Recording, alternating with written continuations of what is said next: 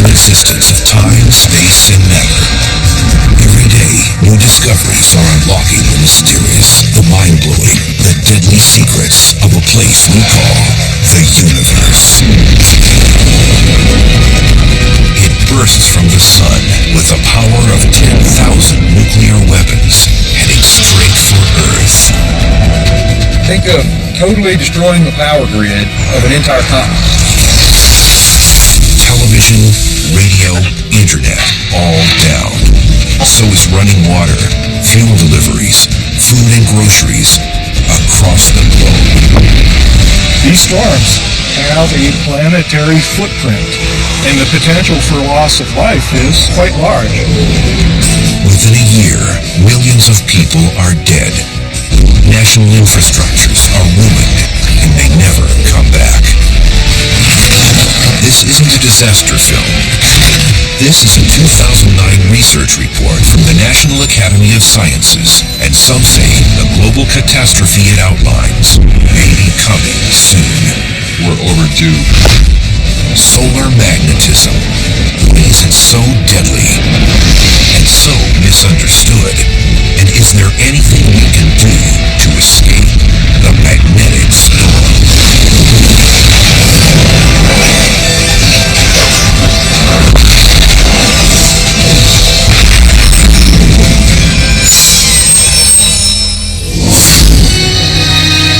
Spring 2013.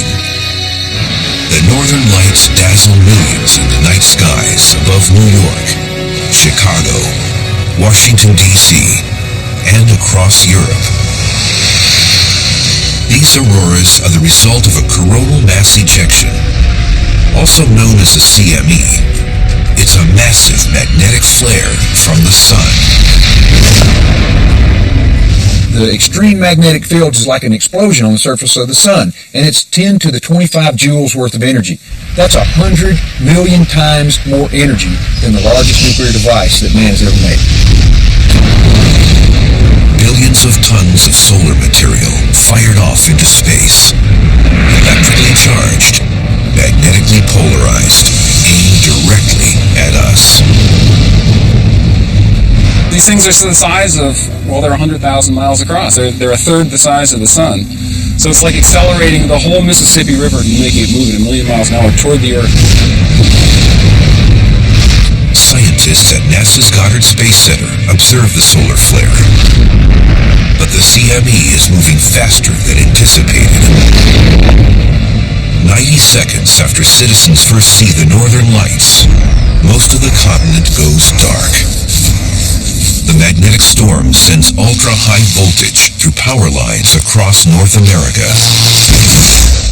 It creates a really strong magnetic field that induces another current and so on, and the current gets so strong it melts the wire, and then you've got a lot of energy being released, it explodes the transformer. Giant transformers explode in city after city.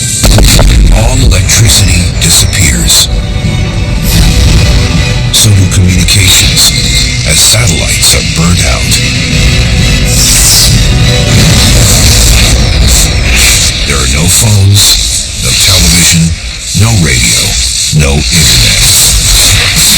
The whole infrastructure would be damaged. We wouldn't have communications. We wouldn't have so many different things. And the electricity will not be coming back. We could damage enough transformers in one storm that it would take several years of the entire world's manufacturing capability to replace all of those damaged transformers. Without power, infrastructure collapses. The first thing to go, water. Without electricity for pumps, city tap water will go dry within a day. The same is true for gas pumps and gas stations. Without fuel, national trucking stops. So do food deliveries to grocery stores. People can't leave the cities because their gas tanks are empty. They can't use their credit cards or ATMs without electrical power and phone connections. No power, no gas, no food, no water, and no end in sight. Think of totally destroying the power grid of an entire continent. We would be basically put back in the Dark Ages. And no help is coming, since the magnetic storm has devastated the entire northern hemisphere.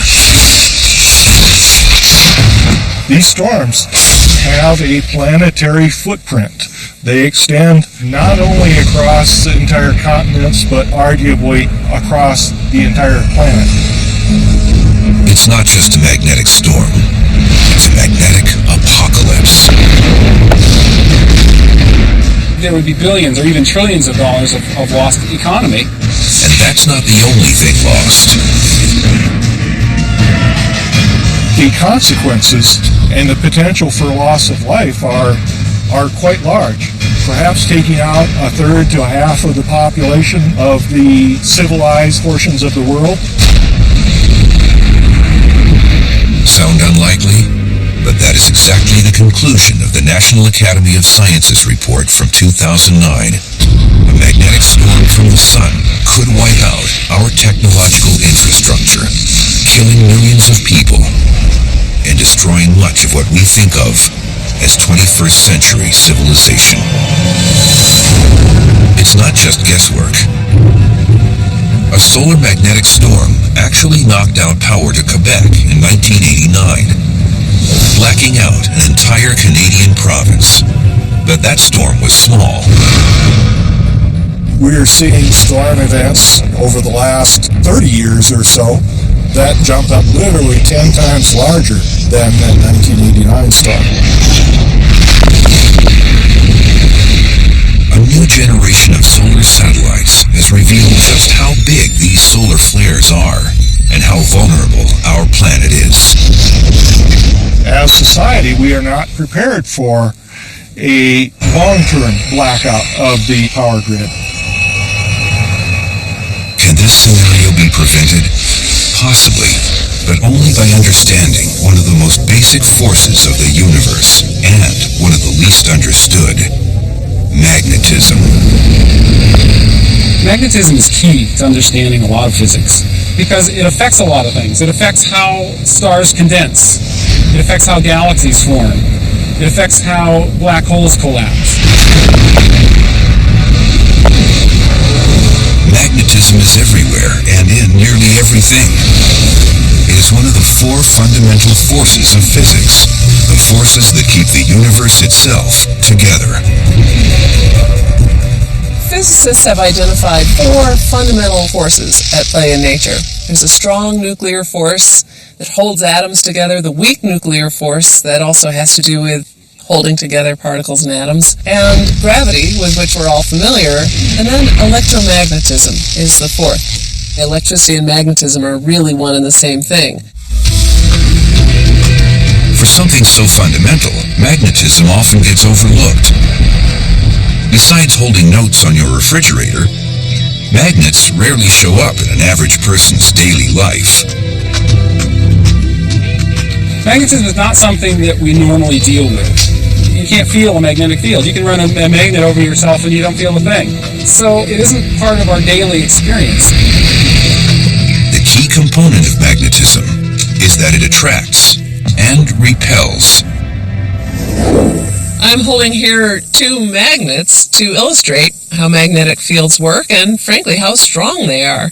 Right now, they're attracting one another, and I have to really pull to pull them apart. But they also can repel each other, and I can illustrate it by putting it on this post. If I put the first one down and drop the second one, I really can't push it down. It just bounces. In fact, the only thing that keeps people from walking through walls or falling through the floor is magnetism. Molecules and atoms are extremely small, and the space between atoms is extremely large. At an atomic level, almost everything is made of empty space. The distance between the electrons that are orbiting around the protons in the nucleus is fairly immense. It's like this fan. If you let the electrons be the blade and the center be the nucleus, if there's no motion taking place there, you pass right through things. It's not solid. So why is it solid? It's because the electromagnetic attraction between the negatively charged electron and the positively charged proton. It captures it and it spins around. So if it's spinning really fast, like the fan blades of this fan, representing the electrons around the atom, it bounces right off. That's why you don't fall through the floor and why you can't walk through walls. It's not the atoms themselves, but the magnetic field that makes matter solid, that keeps a person from walking through walls. Magnetic force attracts and repels along field lines. You can take a bar magnet and lay a piece of paper over it and cover that piece of paper with iron filings. And the iron filings will actually line themselves up along the field lines coming out of the magnet. And that's a good way to see what the magnetic field actually looks like. One way to think of field lines is like lanes on a freeway. The southbound traffic never interacts with the northbound traffic. Electromagnetic field lines are like lanes on a freeway. Cars go down the lanes, down the freeway. And that's why if you look on the surface of the sun, you see these beautiful arcs that represent the field lines where the plasma can flow. But on the surface of the sun, these field lines are intensely powerful and deadly. In this freeway analogy, imagine if a middle lane was opened up on the freeway between the speeding north and south traffic. There's no instruction as to who's supposed to go on that lane. You'll get a big mashup right there where the cars, everyone's trying to go on that lane and chaos ensues and there's a big release of energy. Now imagine if this freeway was on the sun and the cars were 20,000 miles long. The enormous crash fires material off the sun and straight toward our planet. That is a coronal mass ejection. A CME is gigantic, over 10 billion tons of solar plasma. It's the equivalent of 100,000 aircraft carriers, traveling at several million miles per hour toward Earth. This is the threat to our planet. A direct hit from a CME is a rare occurrence, but it would be catastrophic for our civilization. We're literally one big storm away from an engineering disaster. The sheer size of that disaster has only become clear with new reports from the cutting edge of solar science. Disturbing new information from satellites might help us predict the next deadly blast of a magnetic superstorm.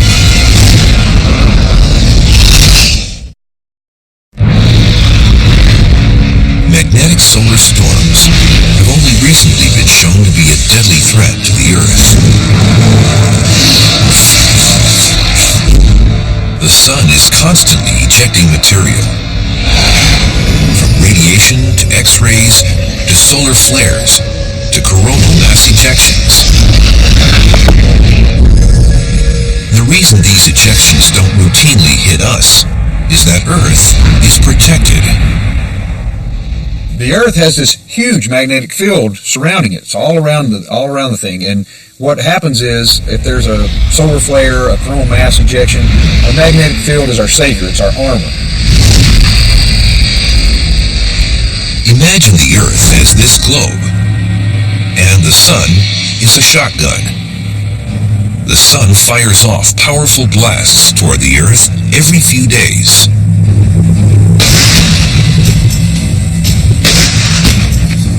But the planet has a protective shield, like a sheet of plexiglass that protects a globe from shotgun blasts.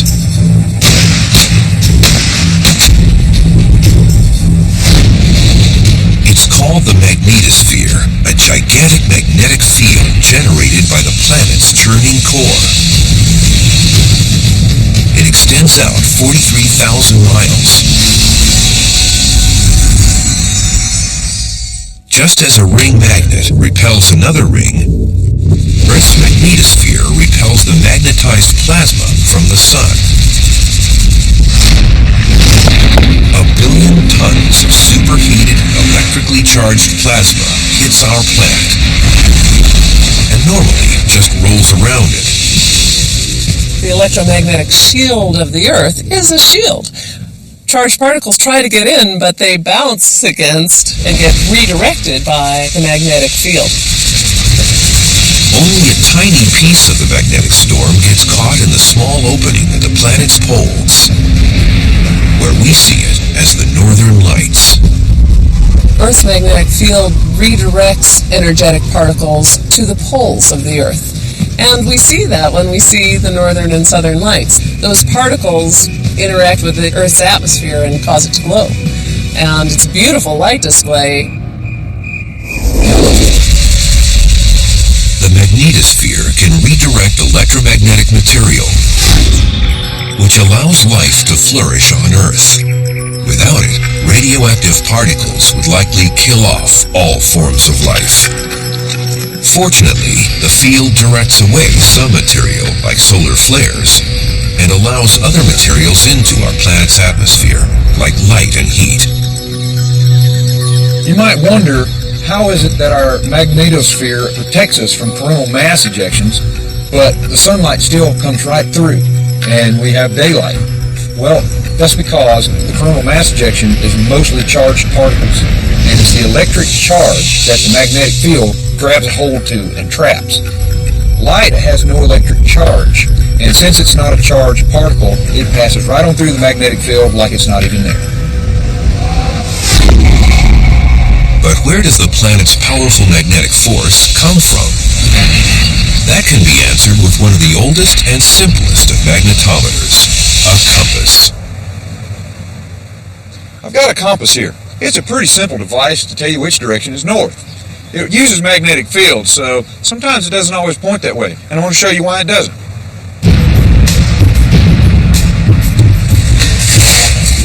We're here at a junkyard, and behind me is a huge electromagnet. And when we turn that thing on, what's going to happen?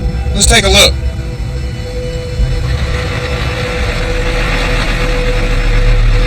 Wow, the compass turned toward the magnet. But when we turn that off, it's going to turn back and point to the north. What that tells us is the compass doesn't point to the north, it points to the nearest, largest magnetic field. In fact, compasses don't really point to the North Pole. They point to a chunk of rock west of Ellesmere Island off Canada. This is the magnetic North Pole. But the North Pole is not a magnet itself. The magnetic field is actually generated by forces deep within the planet. Magnetic fields are generated by moving currents, and the Earth is one big moving current. The Earth spins, and the interior of the Earth is molten and liquid. It's kind of like this glass of wine. When I swirl it around, it has a nice organized motion, and it hugs the rim of the glass. That's kind of what happens inside the Earth's core. Molten iron in the core swirls around and generates the magnetic field. Our planet is actually a dynamo, a device that transfers mechanical energy to magnetic energy. Dynamos. There's one on the Earth, there's one on the sun, and there's one on my bike. As you see, as the wheel turns, it's turning the axle in this dynamo. There are magnets attached to the axles. The magnets are spinning around. There's a coil of wire wrapped around there, and that spinning magnet is inducing an electric field and current into this wire. It runs up to this light, and as I spin the pedals, you can see it converts the kinetic energy to electrical energy to light energy. The key for a dynamo is motion. Moving fluid can create electromagnetic energy, just as much as a moving bike tire. In fact, fluid creates the most powerful magnetic force on the planet, in the fluid dynamo called Earth's core. But there's a problem with this ancient dynamo. It can stop or change direction. Earth's magnetic field is not a stable, static thing. It's changed quite a lot over time. Like the wine in the glass, Earth's magnetic dynamo can change direction. the North and South Pole can literally flip. Exactly what causes the poles to reverse is not completely understood. All we know is that it happens. We know that the orientation of the Earth's magnetic poles switches every few 100,000 years. Ice cores and deep-sea geology reveal evidence that 780,000 years ago, compasses would have pointed south. 50,000 years before that, a compass would have pointed north. It's a recurring pattern on our planet, and it may happen again. It's almost certain that Earth's magnetic field will change direction again, but we don't know how soon. In fact, the last magnetic reversal was 780,000 years ago, which is longer than, on average, the field reverses. So in a sense, we're overdue for reversal. No one is sure how a pole reversal will affect human life. Compasses will point south. Bird migrations might be disrupted. GPS navigation will be affected. But there is a more disturbing consequence. A pole reversal might mean a period where there is a weakened or no magnetic field on the planet. The problem is that the magnetic field, when it gets weak, it's no longer an effective shield against particle radiation from the sun. Imagine the Earth as a globe with a plexiglass shield. Only now, the shield is weakened. A high-powered blast from the sun can do immense damage. When the overdue pole reversal takes place, Earth's protective magnetosphere may disappear, leaving the entire planet vulnerable to deadly magnetic storms from the sun.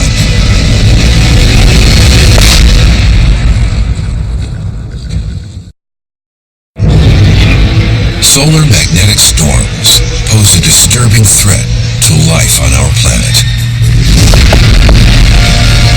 On the surface of the sun, a flare begins to boil, bubble, then explode. It's a horrendous explosion on the surface of the sun, and you have this huge storm, a coronal mass ejection. These ionized particles fly away from the sun at extreme velocities.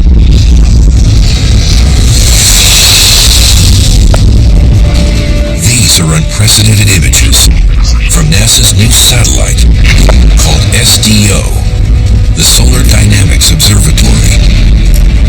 Never before has humanity had such a close look at our home star. The big difference between this observatory and previous observatories is that we're looking at all of the sun all of the time. Previously, we've looked at small areas, not the whole disk.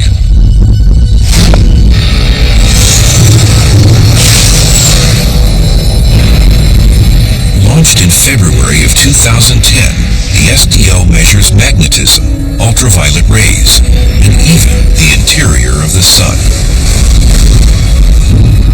Already, SDO has returned never-before-seen close-ups of solar flares, magnetic rain, and tsunamis that ripple across the surface of the sun.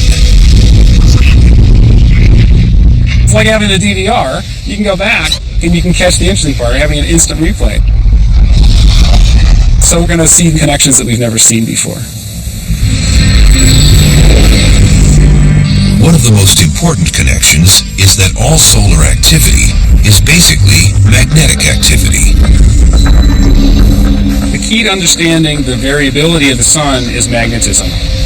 We see sunspots, we see filaments, we see explosions, we see coronal mass ejections, big explosions of material into space. The only way to understand how that all ties together is through the magnetic field. The sun's magnetism is created by the movement of superheated plasma as it ripples across the surface of our home star. One of the ways in which magnetism is generated is by a moving current. So any flowing, moving charges will generate a magnetic field. The sun is one huge bag of flowing, moving charges.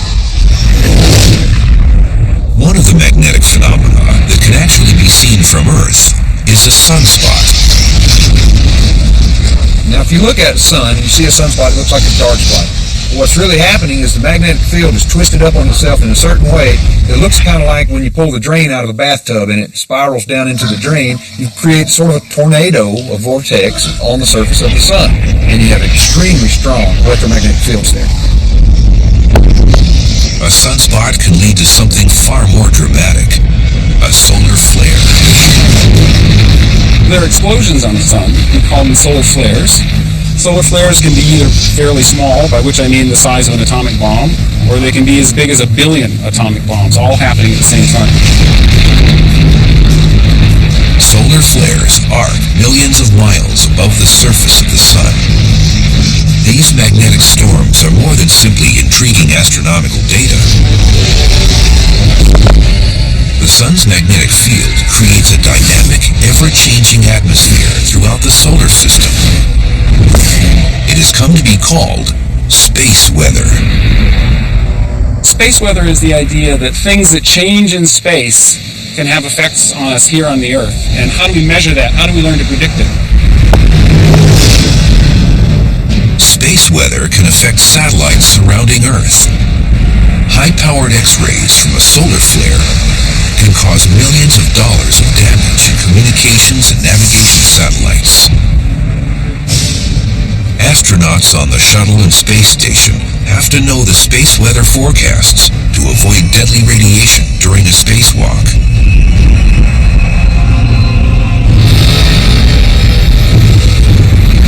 These are the kinds of problems the Solar Dynamics Observatory is designed to predict. Forecasting space weather is one of our big challenges. We want to learn how to do it better. Now, most of us don't really trust weather reports too much. A little bit, but not too much. We're way behind that. We're not anywhere close to being able to do that yet with space weather. Are there regular patterns to space weather? That's exactly what Benjamin E. from Cleveland, Ohio wanted to ask the universe. Benjamin emailed us. Can science predict solar flares and CMEs before they begin?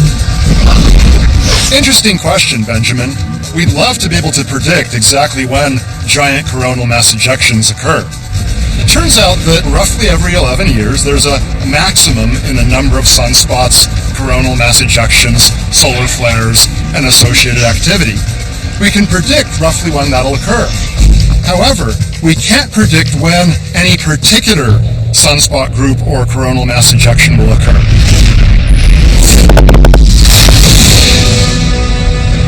By far, the most powerful examples of space weather are coronal mass ejections.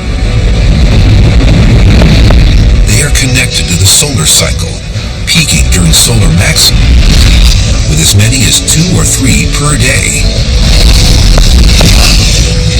They begin with beautiful solar storms, witnessed by the Solar Dynamics Observatory in full color.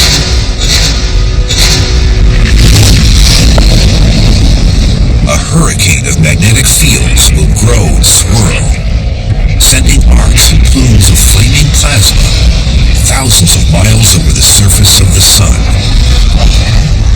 Sometimes these structures are stable for days or even weeks at a time, and then something will happen to trigger a release of the coronal mass ejection. And all of a sudden one part will lift off, and then there'll be a huge lift off, and then it will go off into space.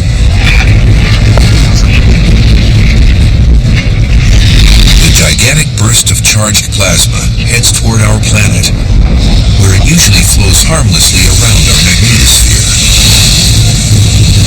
But there's a problem with Earth's magnetic field. It's beginning to change. And the worst-case scenario for Earth's magnetic future is the cold, dead surface of Mars.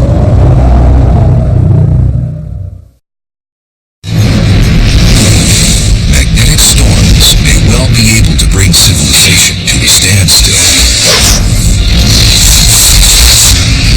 If it weren't for the protective power of our planet's magnetosphere. If Earth has a magnetic field, do other planets? It's a vital question, according to NASA. because other planets' magnetic properties may reveal the future of Earth.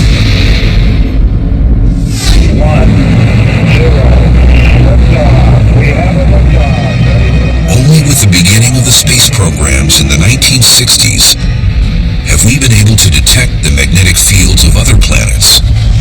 And the discoveries are surprising. All four of the giant planets, Jupiter, Saturn, Uranus, and Neptune, all have actively generated magnetic fields today. Jupiter's magnetic field is the strongest in the solar system. Its surface field is about 10 times the strength of the Earth's. Jupiter's magnetic field stretches over 4 million miles from its surface, and it performs the same function as Earth's field. We see northern lights on Jupiter and Saturn, which is exactly the same interaction that we have northern lights on Earth. It's particles from the sun being focused to the poles of those planets by those planets' magnetospheres, and they light up the atmosphere just like they do on Earth. But closer to the sun, planetary fields are mysteriously less common. Mercury has a very weak magnetosphere, about 1% of Earth's. Venus has virtually none. And the most mysterious of all is the red planet, Mars. In the late 90s, the Mars Global Surveyor spacecraft, which was in orbit around Mars, had a magnetometer aboard. That magnetometer found that Mars does not have a global magnetic field. But the Mars Surveyor found evidence of small magnetic fields scattered on the face of the planet. NASA believed it was paleomagnetism, an ancient remnant from a period billions of years ago. Did Mars once have a magnetic field rivaling Earth's? And if so, what happened to it? Fortunately, we don't have to go to the red planet to investigate, because pieces of the red planet are already here. We actually have samples, rocks from Mars. They're meteorites. They were blasted off of Mars by an asteroid or comet impact millions of years ago.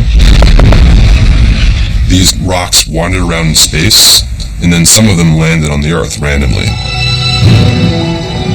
One of these Martian meteorites is actually famous. ALH 84001.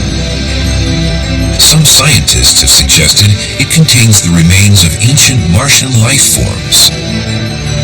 Whether or not this proves true, this piece of rock may answer the question of Martian magnetism. ALH 84001 is the oldest known rock from any planet, and it is a unique sample from Mars. It lived through the earliest epoch of Martian history, so this sample has all kinds of fascinating records in it. MIT's Superconducting Quantum Microscope, or SQUID, is one of the most sensitive magnetic detection devices on Earth.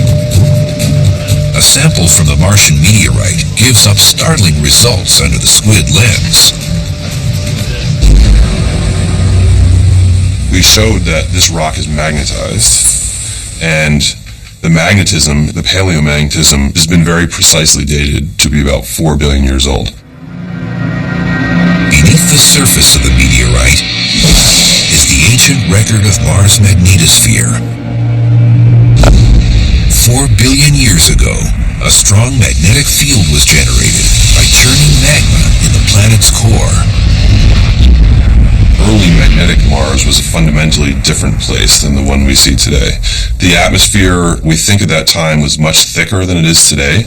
There was probably water flowing on the surface. Temperatures were warmer. So it was much more Earth-like.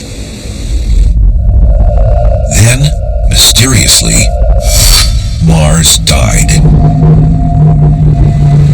Temperatures dropped. Water vanished. The atmosphere disappeared. What happened? Mars' magnetic field died sometime around 4.1 billion years ago. What's really fascinating about that is it seems to be roughly coincident with the time when Mars began to change from an early warm, wet state to its current cold and dry conditions. One hypothesis for why Mars' atmosphere disappeared was because it didn't have a magnetosphere to help protect it. So the solar wind was constantly stripping away parts of the Mars atmosphere. Without magnetic armor, a coronal mass ejection would bombard Mars' surface, a magnetic hurricane that would tear away the planet's atmosphere. Suddenly, the atmosphere was losing large quantities of gases like oxygen, argon, nitrogen.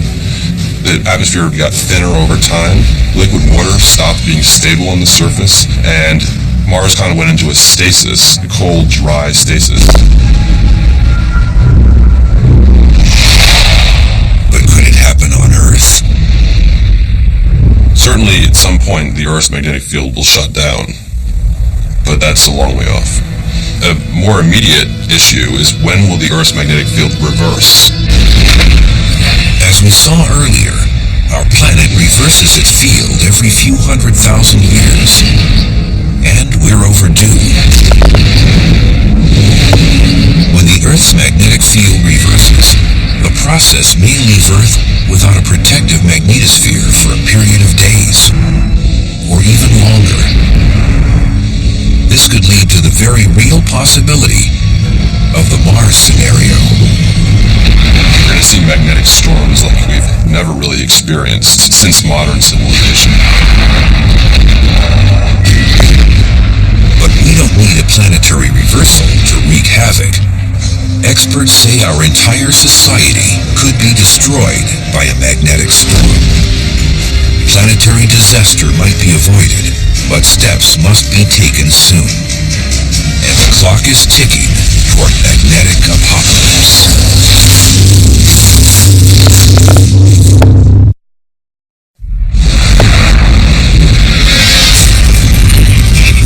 Magnetic storms are some of the most powerful forces in our solar system. And they've been nearly completely overlooked by science. These storms have damaged our planet before. In 1989, a solar flare hit North America, wiping out power to Quebec and the surrounding area. 6 million people were without power in the middle of a cold Canadian winter. Electricity was restored within a day, preventing a greater catastrophe. But the Quebec storm was a small one. A far greater storm was actually recorded in 1859. Northern lights were seen as far south as Cuba. Telegraph lines stretching across America hummed and sparked as a massive power surge shorted them out.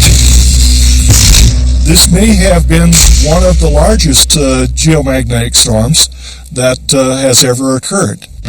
Literally 10 times larger than what caused the problems in the North American grid in 1989. New data from SDO and other observatories show that these massive solar storms are far more common than we once thought. What would happen if the same giant storm from 1859 hit our planet today?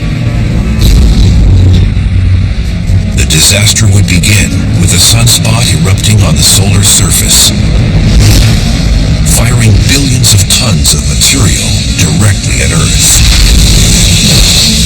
In 8 minutes, gamma rays and X-rays wipe out most satellites.